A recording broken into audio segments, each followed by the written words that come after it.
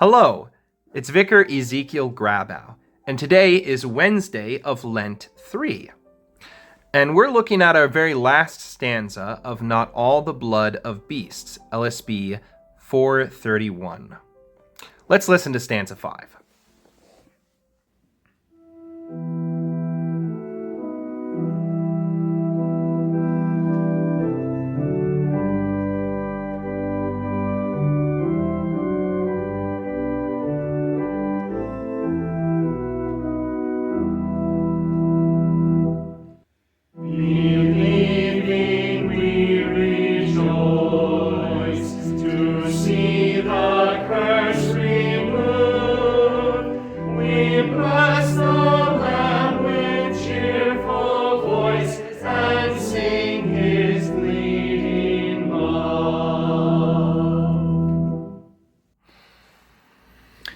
Stanza 5 picks up pretty directly from stanza 4. We were talking in stanza 4 yesterday about looking back to see Jesus and seeing how in his cross he bore all the sins of the world. And so we see the curse remove. And this also ties to this idea of the cursed tree upon which Jesus hung, the cross. So this is, I could try to explain this to you, but I think that St. Paul did a very excellent job in Galatians chapter 2. Actually, this is from Galatians chapter 3. Verse 13. Christ redeemed us from the curse of the law by becoming a curse for us.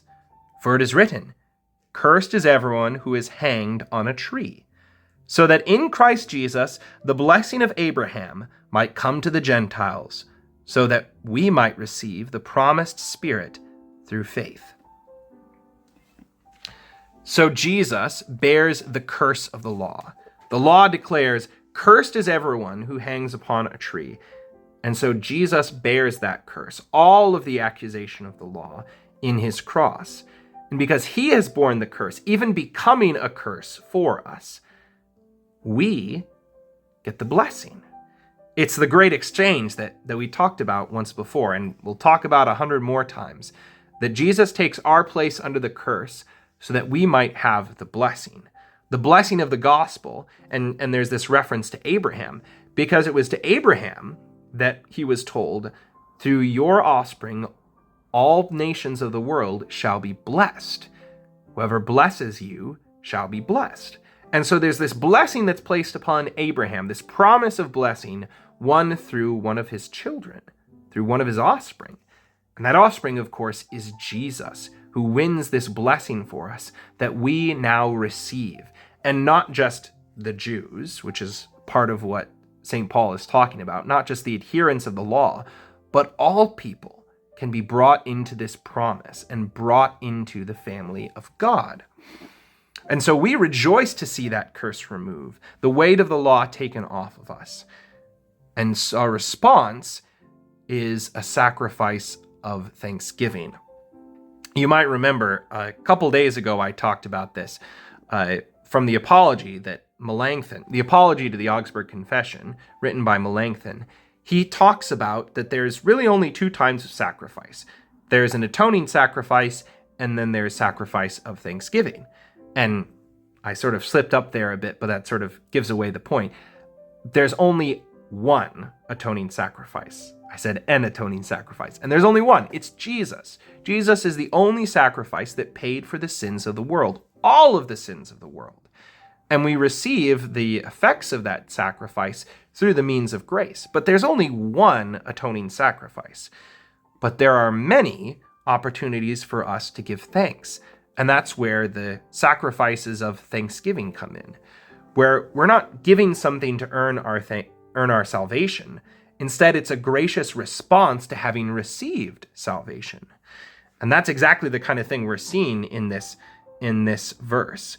We rejoice, we bless the Lamb with cheerful voice, and sing his bleeding love.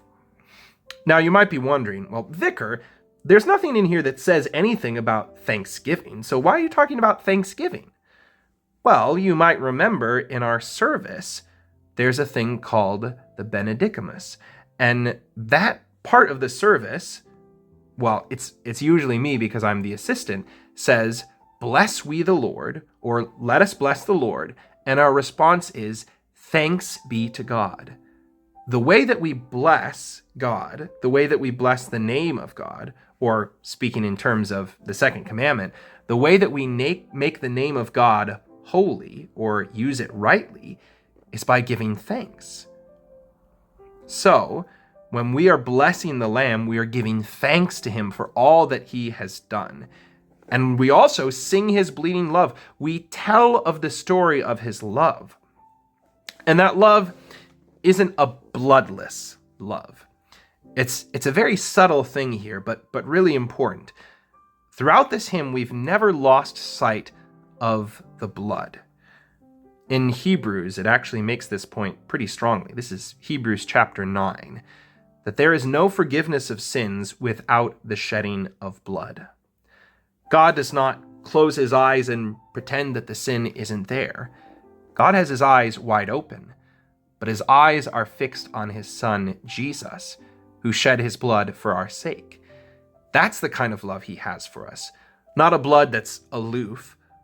That's a funny slip of the tongue I just made there. It's not a love that is distant.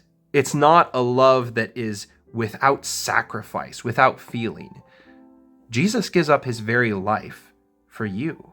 He shed his blood for you. And that's an important thing to remember when we too are suffering and when we too feel that we need to give something up.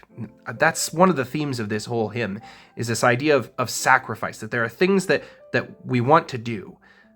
And we want to get rid of the guilt. We want to get rid of the stain of sin by doing something, by accomplishing something. But all those things never take away the guilt. Our only hope is to lay the guilt upon Jesus' shoulders. And it's because his love for us is bleeding. It's a shedding of blood kind of love that we are certain of our forgiveness.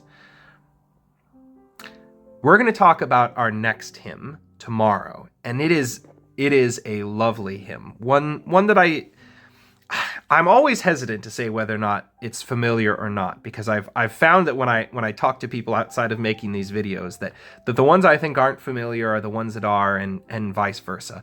But in any case, this is a lovely hymn with lovely, lovely words, and delves in a little bit more to this image of the Lamb. In fact, it's in the title, "A Lamb Goes Uncomplaining Forth." We'll talk about that hymn next time. God's blessings.